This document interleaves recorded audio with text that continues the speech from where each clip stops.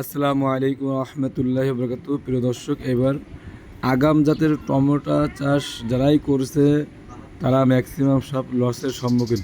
কারণ এবার অনাবৃষ্টির কারণে ম্যাক্সিমাম ফল হওয়া গাছ মারা যাচ্ছে।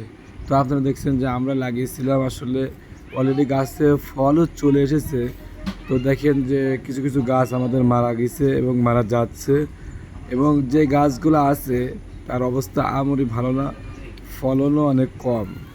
তো মাসাল্লাহ যেটুকুই খেতে ফলন আসছে আপনারা দেখতে পাচ্ছেন যে এই বছর অবস্থা খুবই খারাপ। কারণ যারা এই বছর আগাম টমেটো চাষ করছে তাদের টাকা উঠবে বলে আশা করা যায় না।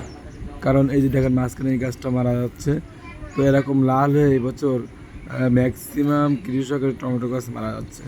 কারণ এর একটাই কারণ হলো অনাবৃষ্টি। এই অনাবৃষ্টির কারণে কোনোভাবে এই গাছগুলো রক্ষা করা সম্ভব হচ্ছে না। তো মোটামুটি যেটুকু ফলন আসছে আশা করা যায় যে কিছুটা খরচের টাকা আমাদের উঠবে।